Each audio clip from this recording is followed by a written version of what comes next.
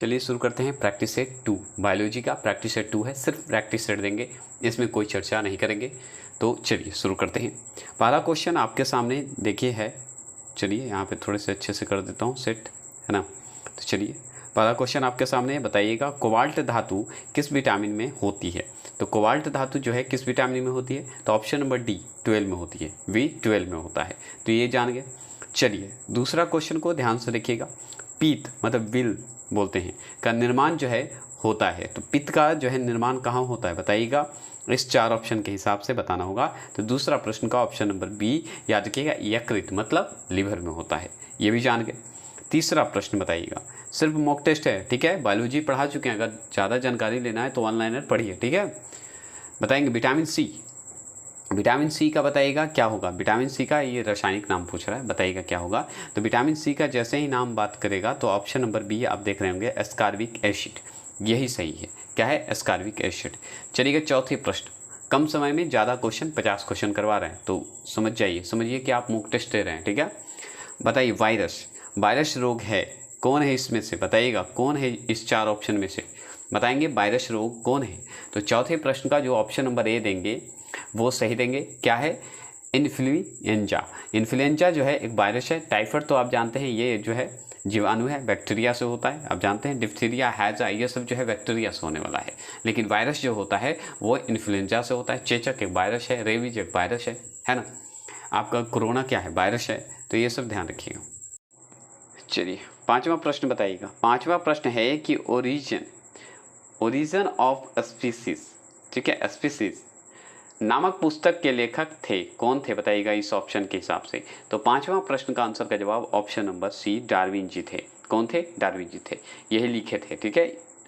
चलिएगा छठे प्रश्न की बात करते हैं। छठा प्रश्न है कि बैक्टीरियोफेज है, तो बैक्टीरियोफेज है क्या, इस ऑप्शन के हिसाब से आपको बताना है, ठीक है। तो बताइए बैक्टीरियोफेज क्या है, इसमें आपको टाइम चाहिए, तो चलिए दे रहा हूँ, तो जल्दी बताइए। तो चलिए टाइम हो गया। ऑप्शन नंबर 1 जो लगाएंगे वो सही लगाएंगे। वायरस जो जीवाणु की जो है भक्षण करता है, वैसा वायरस जो बैक्टीरिया को भक्षण करता हो, उसी को कहते हैं बैक्टीरियोफेज, ठीक है। चलिए आगे चलते हैं। सातवां प्रश्न, थोड़ा सा स्मॉल कर देता हूँ। सातवां प्रश्न बताएंगे। सातवां प्रश्न है उपाचयी एंजाइम जो होता है, बताइएगा अनुपस्थित होता है। तो उपाचयी एंजाइम जो होते हैं, बताइए अनुपस्थित कहाँ होते हैं, किस में होंगे, ये बताएंगे। तो सातवां प्रश्न का जवाब जो देंगे ऑप्शन नंबर सी वो सही देंगे, विषाणु में होते हैं। किस में होते हैं, विषाणु में होते हैं, सबसे इंपॉर्टेंट बात। चलिएगा आठवां प्रश्न। आठवां प्रश्न है कि सबसे बड़ा विषाणु, तो सबसे बड़ा विषाणु है कौन, बताइएगा। आठवां प्रश्न का जवाब देंगे, तो जो आंसर का जवाब देंगे वो बताइए क्या होगा। विषाणु मतलब ये सातवां क्वेश्चन का ऑप्शन नंबर सी टिक लगा लीजिए ना, टिक लगा लीजिएगा। वायरस मतलब विषाणु। आठवां क्वेश्चन का जवाब दीजिए, सबसे बड़ा विषाणु कौन सा है, उसका नाम बताइए। तो आठवां प्रश्न का ऑप्शन नंबर ए पॉक्स विषाणु होता है। पॉक्स विषाणु जो है सबसे बड़ा विषाणु है, सबसे बड़ा वायरस है पॉक्स वायरस, ठीक है। चलिएगा नौवां प्रश्न। नौवां प्रश्न क्या है कि जीवन की उत्पत्ति नामक पुस्तक को लिखा था, तो कौन लिखे थे, बताइएगा। जीवन की उत्पत्ति की बात हो रही है तो बताएंगे कौन लिखा था, नौवां प्रश्न का जवाब देंगे। तो ये जो है ऑप्शन नंबर बी जो लगाएंगे वो सही लगाएंगे, ओपोरिन ने।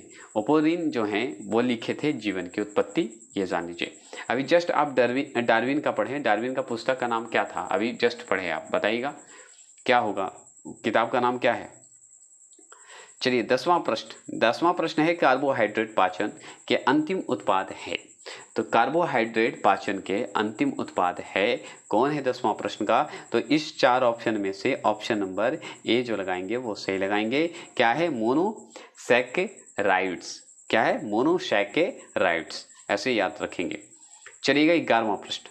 11वां प्रश्न आपके सामने है कि कौन सा पदार्थ जो है, कौन सा ऐसा पदार्थ है बताइए, शरीर की वृद्धि और नई कोशिकाओं के निर्माण में सबसे अधिक आवश्यक है। इस 4 ऑप्शन में से जवाब देंगे। तो 11वां प्रश्न का जो जवाब देंगे ऑप्शन नंबर डी वो सही देंगे, प्रोटीन।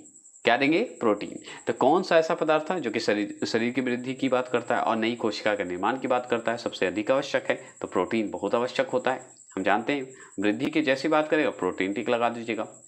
चलिएगा 12वां प्रश्न है कि किस रूप में प्रोटीन्स का शरीर में संचरण होता है। तो याद रखिएगा कि किस रूप में प्रोटीन्स का शरीर में संचरण होता है, बता सकते हैं। तो 12वां प्रश्न का आंसर का जवाब याद रखेंगे ऑप्शन नंबर डी, अमीनो अम्ल होता है। ठीक है, क्या होता है? अमीनो अम्ल के रूप में ये संचरण करता है। चलेंगे, 13वां प्रश्न है। 13वां प्रश्न का जवाब दीजिए कि शरीर में यूरिया का संश्लेषण होता है। तो शरीर में यूरिया का संश्लेषण होता है तो किस रूप में होता है? तो ऑप्शन नंबर बी, यकृत मतलब लीवर में होता है। क्या होता है? लीवर में होता है। तो शरीर में यूरिया का संश्लेषण जो होता है वो लीवर के रूप में होता है। चलेंगे आगे 15। अब चलिए 14 प्रश्न। 14 प्रश्न की बात करें तो उत्सर्जन की इकाई है। तो उत्सर्जन की जो इकाई है वो बताइए क्या होगा? तो उत्सर्जन की इकाई जो है ऑप्शन नंबर सी, नेफ्रॉन को कहते हैं। तो उत्सर्जन का इकाई अगर आपसे पूछा जाए तो ऑप्शन नंबर सी लगा सकते हैं 14 प्रश्न का, ये जरूर ध्यान रखेंगे। चलिएगा 1 मिनट। चलिए 15वां प्रश्न की बात करते हैं। 15वां प्रश्न है कि किस प्राणी में रुधिर नहीं होता किंतु श्वसन होता है। और ये चीज़ मैं बहुत अच्छे से पढ़ाया हूँ। तो देखिए कौन ऐसा प्राणी है, कौन ऐसा जीव है जिसमें ब्लड होता ही नहीं है लेकिन जीवित है, मतलब सांस लेता है, मतलब जीवित है। तो बताइएगा कौन? तो आप अच्छे से जानते हैं, हाइड्रा का नाम सुने हैं? हाइड्रा का नाम सुने होंगे। तो एकदम हाइड्रा ही है जो कि इसमें ब्लड नहीं होता है लेकिन ये श्वसन लेता है, ये जरूर ध्यान रखिएगा। चलिएगा 16वां प्रश्न की बात करते हैं। एक समान मनुष्य 1 मिनट में सांस लेता है। अब सोचिए हम जो समान हैं व्यक्ति हैं, अब सोचिए कि 1 मिनट में कितना बार सांस लेते हैं, कितना बार ले सकते हैं, बता सकते हैं? तो हम अच्छे से बताएंगे कि हम 14 से 18 बार ले सकते हैं, 14 से लेके 18 बार ले सकते हैं। क्लियर? 17वां प्रश्न की बात करते हैं। श्वसन क्रिया किसके द्वारा नियंत्रित होता है? तो श्वसन क्रिया जो है किसके द्वारा नियंत्रित होता है, बता सकते हैं? मतलब कंट्रोल होता है। तो ये जो श्वसन क्रिया की बात हो रही है, सांस लेने की बात हो रही है, उसकी कंट्रोल की बात हो रही है। तो हम 17वां प्रश्न का आंसर लगाएंगे ऑप्शन नंबर डी, मेडुला। याद रखिए मेडुला ऑब्लांगेटा नाम ही है, मेडुला ऑब्लांगेटा बोला जाता है, जो कि श्वसन के लिए होता है। चलिए 18वां प्रश्न की बात करें। नेत्र में लेंस पर पड़ने वाली किरणों का नियंत्रण होता है, मतलब कंट्रोल होता है, बताएंगे? तो नेत्र में लेंस पड़ने वाली किरणों का नियंत्रण जो होता है वो बताएंगे क्या होगा? तो 18वां प्रश्न का ऑप्शन नंबर बी याद रखिएगा, आइरिश द्वारा होता है। किसके द्वारा होता है नियंत्रण? किसके द्वारा बताए थे ना? तो ये होता है आइरिश द्वारा। ठीक है, अब आप ये बताइए नेत्र का कौन सा ऐसा हिस्सा है या भाग है जो कि दान में दिया जाता है, बताइएगा जरूर। सिंपल क्वेश्चन इसलिए मैंने किया। 19वां प्रश्न का जवाब देंगे। 19वां प्रश्न है कि मस्तिष्क के किस भाग में शरीर के ताप को नियंत्रित करने का केंद्र होता है? नियंत्रित करने का केंद्र होता है, बताएंगे? 19वां प्रश्न का जवाब देंगे। तो 19वां प्रश्न का जवाब यही है कि ऑप्शन नंबर डी जो लगाएंगे वो सही लगाएंगे, हाइपोथैलेमस होता है। तो जैसे ही मस्तिष्क के अगर पूछे भाग की बात करेगा जो कि शरीर के ताप को नियंत्रित करता है, मतलब हमारे शरीर का टेम्परेचर को कंट्रोल करता है, तो वो जो है वही पूछा है कि क्या कहलाएगा मस्तिष्क का कौन सा भाग? तो हाइपोथैलेमस होता है। ठीक है, यही तो करता है कंट्रोल। देखिए 20वां प्रश्न है, सबसे लंबी कोशा। जो मेरा छोटा सा वीडियो देखे होंगे उसमें ये क्वेश्चन पूछा हुआ है, बताइएगा? तो सबसे लंबी कोशा कौन सा है पता है इस ऑप्शन के हिसाब से? तो देखिए पेशी कोशा सबसे लंबा नहीं है, आप जान लीजिए। ये जो अस्थि वाला नहीं है, हाँ तंत्रिका कोश का, जैसे ही तंत्रिका आएगा तंत्रिका कोशा लगा के चलाइएगा, तंत्रिका तंत्र जो है आपको सबसे लंबी आपको दिखेगा। चलिएगा 21 क्वेश्चन नंबर है कि एक मनुष्य स्मृति खो बैठा है। इस मनुष्य के मस्तिष्क का कौन सा भाग जो है प्रभावित हुआ है? तो प्रमस्तिष्क हुआ है प्रभावित। ठीक है, क्या हुआ है? प्रमस्तिष्क प्रभावित होता है। 22 क्वेश्चन नंबर है कि लैंगर हेंस के उपद्वीप पाए जाते हैं। तो लैंगर हेंस के उपद्वीप जो हैं पाए जाते हैं, तो बताइएगा कहाँ पाए जाएंगे? तो 22 का आंसर का जवाब ऑप्शन नंबर बी, अग्नाशय में। इसे पैनक्रियाज भी बोला जाता है, अच्छे से जानते हैं।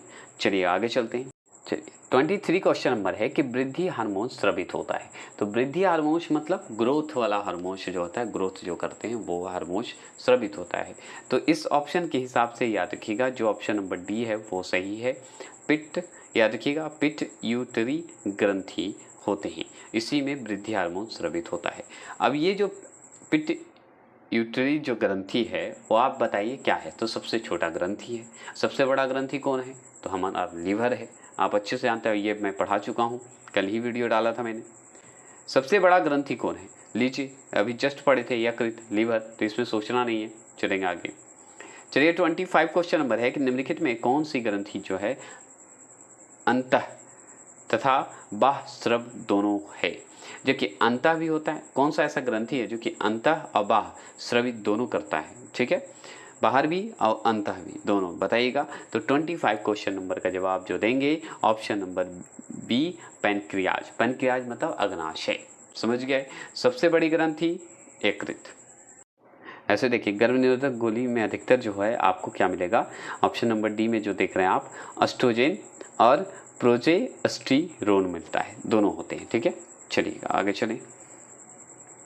27 क्वेश्चन नंबर है कि निम्नलिखित में कौन सा जंतु द्विलिंगी होता है? तो द्विलिंगी कौन होता है बताइए, कौन सा ऐसा जंतु है, कौन सा ऐसा प्राणी बताएंगे? 27 का आंसर का जवाब दीजिए। तो ऑप्शन नंबर सी, जोंक होता है, द्विलिंगी होता है। चलेंगे 28 क्वेश्चन नंबर है, न उड़ने वाला पक्षी। तो न उड़ने वाला पक्षी आप बहुत अच्छे से जानते हैं, ईम्यू जो है आपको न उड़ने वाला पक्षी मिलेगा। क्या ये सही मैंने बोला? आप बता सकते हैं कमेंट बॉक्स में। तो यस, मैंने सही बताया, ऑप्शन नंबर सी जो लगाएंगे वो सही लगाएंगे। अब जैसे 29 क्वेश्चन है, द्विनाम पद्धति, ठीक है, के जनक हैं। तो द्विनाम पद्धति का जनक जैसे ही आपसे पूछा जाएगा, 29 का आंसर ऑप्शन नंबर सी लगाइएगा, लिनियस लगा दीजिएगा। क्या लगा दिया? लिनियस लगा देंगे। चलिएगा 30वां प्रश्न की बात करते हैं। तो 30वां प्रश्न है कि स्तनधारियों का सबसे महत्वपूर्ण लक्षण है। तो जैसे ही स्तनधारियों का सबसे महत्वपूर्ण लक्षण आपसे पूछेगा तो हम लगाएंगे ऑप्शन नंबर बी, 4 कोष्ठीय हृदय। क्या लगाएंगे? 4 कोष्ठीय हृदय लगा देंगे। चलिए 31वां प्रश्न की बात करते हैं। उड़न मछली है, तो उड़न जो मछली है वो याद रखेंगे, ऑप्शन नंबर ए जो लगाएंगे वो सही लगाएंगे, एक्सोसिस्टस लगा देंगे। क्या लगाएंगे? सिस्टस लगा देंगे। ठीक है, चलिए आगे पढ़ते हैं। 32 क्वेश्चन नंबर 32 है, जीव विज्ञान के जनक हैं। तो जीव विज्ञान के जनक कौन हैं बता सकते हैं? तो हम अच्छे से जानते हैं उनके बारे में, ऑप्शन नंबर ए, अरस्तु जी को जानते हैं। आप टिक लगा दिए होंगे। इसका देखिए थोड़ा सा ये बता देता हूँ, वो जो उड़न मछली है इसको जो है थोड़ा तोड़ के पढ़िएगा, एक्सोसिस्टस बोलिएगा। ठीक है, चलिए आगे चलते हैं। 33वां प्रश्न, वर्गीकरण की आधार इकाई हैं। तो वर्गीकरण का आधार जो अगर पूछे, वर्गीकरण मतलब क्लासिफिकेशन बोला जाता है, कि आधार इकाई जो है क्या है बताइएगा। 33वां प्रश्न का जवाब देंगे तो ऑप्शन नंबर बी, इसे बोलते हैं स्पीसीज। क्या बोलते हैं? स्पीसीज। ठीक है, चलिए सीज बोला जाता है। चलिए 34 क्वेश्चन नंबर के जवाब देंगे। 33वां प्रश्न का आंसर तो आप लगा दिए, लेकिन हम चाहते हैं 34 क्वेश्चन नंबर लगाइए। शरीर में फास्फोरस पाया जाता है। तो आप जानते हैं बहुत अच्छे से कि फास्फोरस कहाँ पाया जाता है, कहाँ पाया जाता है बता सकते हैं? तो अस्थियों तथा दांतों में, अस्थियों और दांतों में पाया जाता है जो कि फास्फोरस। कैल्शियम भी पाया जाता है हड्डी में, फास्फोरस भी, दोनों पाए जाते हैं, ये जरूर ध्यान रखिएगा। अब बात करते हैं 35 क्वेश्चन नंबर, मानव के लाल रुधिर कणों जिसे आरबीसी बोलते हैं का जीवन काल होता है। बहुत इजी प्रश्न और इतने बार पूछा हुआ प्रश्न है कि आप टिक लगा दिए होंगे। 35 क्वेश्चन नंबर का ऑप्शन नंबर ए, 120 दिन होते हैं आरबीसी का। ठीक है, लाल रुधिर जिसे बोलते हैं, रेड ब्लड। ठीक है, अगर पूछे कि शरीर में सबसे बलशाली पेशी पाई जाती है तो बताएंगे शरीर में सबसे बलशाली पेशी कौन पाया जाता है बता सकते हैं? तो जैसे ही बलशाली पेशी की बात करेगा तो हम 36 का आंसर लगा देंगे, जबड़े। जबड़ा जो है सबसे मजबूत होता है, आप अच्छे से जानते हैं। 37 क्वेश्चन में है कि बाह्यकर्ण का कठोर लचीला भाग बना होता है। बता सकते हैं बाह्यकर्ण का अगर कठोर लचीला भाग अगर पूछे बना होता है तो किससे बना होता है बता सकते हैं? तो बताइए। तो 37 का आंसर का जवाब जो देंगे याद रखिएगा, ऑप्शन नंबर सी, उपस्थि का बना होता है। चलेंगे 38 क्वेश्चन नंबर है कि मानव के रक्त की सामान्य पीएच होता है। तो जैसे ही मानव का रक्त की बात करेंगे तो ऑप्शन नंबर ए आपको देख के लग रहा होगा क्योंकि 7.4 है, यही आपका राइट है। क्या है? यही आपका राइट है, ऑप्शन नंबर ए। ठीक है, चलिए 39 क्वेश्चन नंबर है कि रुधिर दाब ब्लड प्रेशर का नियंत्रण करता है। तो जैसे ही रुधिर दाब की बात हो, ब्लड प्रेशर की बात हो, नियंत्रण की बात हो, कंट्रोल करने की बात हो, तो इसमें कौन सा आंसर होगा? ब्लड प्रेशर को कंट्रोल कौन कर सकता है, बता सकते हैं? तो 39 का आंसर का जवाब हम जो लगाएंगे वो लगाएंगे ऑप्शन नंबर ए, एड्रीनल। क्या लगाएंगे? एड्रीनल। चलिए 40 प्रश्न की बात करते हैं। रुधिर का थक्का जमने के लिए आवश्यक है, तो रुधिर का थक्का जमने के लिए आवश्यक क्या होता है, बता सकते हैं? तो 40 प्रश्न का ऑप्शन नंबर सी, कैल्शियम का आवश्यकता बहुत जरूरी होता है। चलेंगे 40 खत्म हो गए। 41 क्वेश्चन नंबर आपके सामने है और जल्द हम खत्म करेंगे 50 क्वेश्चन। तो 41 क्वेश्चन नंबर, रुधिर में एंटी स्कंदन पदार्थ मिलाया जाता है, तो बताइएगा रुधिर में एंटी स्कंदन जो होते हैं पदार्थ मिलाया जाता है, तो 41 का आंसर का जवाब क्या होगा? तो हम बताएंगे ऑप्शन नंबर बी। याद रखिएगा, सोडियम ऑक्जेलेट। यहाँ पे ऑक्जेलेट होता है, यहाँ पे थोड़ा सा दे दिया है सोडियम ऑक्जेलेट। 42 क्वेश्चन नंबर है कि शरीर में सबसे अधिक पाए जाने वाला उत्तक, तो शरीर में सबसे अधिक पाए जाने वाला उत्तक का नाम बताएंगे, तो हम बताएंगे ऑप्शन नंबर ए, संयोजी उत्तक। क्या बताएंगे? संयोजी उत्तक बता देंगे 42 का। चलिएगा 43 क्वेश्चन नंबर है कि इसे थोड़ा ध्यान से पढ़ना पड़ेगा। क्यों? क्योंकि ये रोग का नाम है, वाहक है और थोड़ा टेढ़ा नाम होता है, तो हम इसे पढ़ेंगे ट्रिप्नो, याद रखिए ट्रिप्नोसोमिएसिस बोलते हैं। तो ट्रिप्नोसोमिएसिस रोग का वाहक है। कौन है रोग का वाहक, बता सकते हैं? 43 का आंसर का जवाब दीजिए, तो हम बताएंगे ऑप्शन नंबर सी, सीसी मक्खी जो होता है यही तो है रोग का वाहक। चलेंगे 44 क्वेश्चन नंबर बताएंगे जल्दी फटाफट। तो काला अजार बोलते हैं इसको, ठीक है? काला जार भी बोला जाता है, काला अजार भी बोल देता है कहीं कहीं, ठीक है? कोई टेंशन नहीं लेना है। तो याद रखेंगे काला अजार के लिए उत्तरदायी प्रोटोजोआ ऐसे बोलिए, ठीक है? कौन है बता सकते हैं? तो हम बताएंगे 44 का आंसर का जवाब ऑप्शन नंबर डी, मोनोसिस्टम। क्या बोलेंगे? मोनोसिस्टम। सिस्टम ऐसे होते हैं, याद रखिएगा। आगे आपसे पूछे 45 का क्वेश्चन नंबर का जवाब दीजिए, तो हम बताएंगे मलेरिया के लिए, बताइएगा मलेरिया के लिए महत्वपूर्ण दवा क्विनैन निष्कासित होते हैं, तो क्विनैन कहाँ से निष्कासित होते हैं, बता सकते हैं 45 का? तो ऑप्शन नंबर सी, सिनकोना के छाल से। चलिए 46 क्वेश्चन नंबर है कि मक्खी के लार्वा को कहते हैं, तो मक्खी के लार्वा को क्या कहते हैं ये बता सकते हैं? तो ऑप्शन नंबर सी, मैगट कहेंगे। क्या कहेंगे? मैगट कहेंगे। चलिए 47 क्वेश्चन नंबर की बात करें, उद्योग जो मधुमक्खी से संबंधित है, तो उद्योग जो है जो मधुमक्खी से संबंधित है वो बताएंगे। 47 का आंसर का जवाब देंगे, तो ऑप्शन नंबर बी, एपीकल्चर। जैसे ही मधुमक्खी से बात करेंगे एपीकल्चर टिक लगा देंगे। चलिएगा 48 क्वेश्चन नंबर है, मधुमक्खी में संचारण, मधुमक्खियों में अगर संचारण की बात करेंगे, संचारण का साधन है क्या है बता सकते हैं? मधुमक्खियों का अगर संचारण की बात करेंगे, मतलब कम्युनिकेशन की बात करेंगे, मधुमक्खी एक दूसरे से कम्युनिकेशन कैसे करते हैं बता सकते हैं?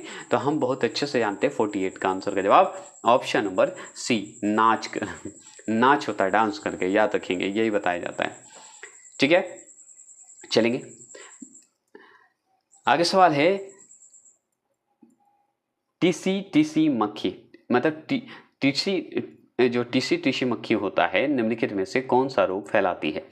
टीसी मक्खी जो होती है वो बताइए कौन सा रोग फैलाएगा? तो 49 का option number A, sleeping sickness.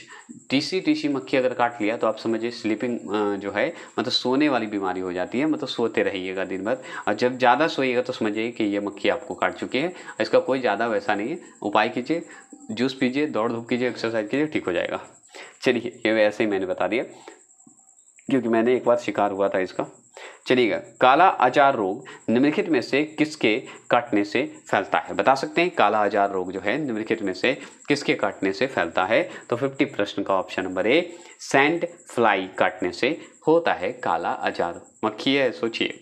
तो चलिए ये हो गया आपका बायोलॉजी का दूसरा प्रैक्टिस सेट, और जल्द ही आपका नेक्स्ट वीडियो जो है आपका जो है फिजिक्स का जो चल रहा है, फिजिक्स के बाद उस्मा के बाद लाइट आने वाला है, और इसी तरह जैसे ही आपका वीडियो बनेगा सब अपलोड होते जाएगा। एनसीईआरटी का नेक्स्ट जो है वीडियो आने वाला है आपका नदी, जलप्रपात और जो बचे हुए हिस्से वो भी। तो जय हिंद, जय भारत।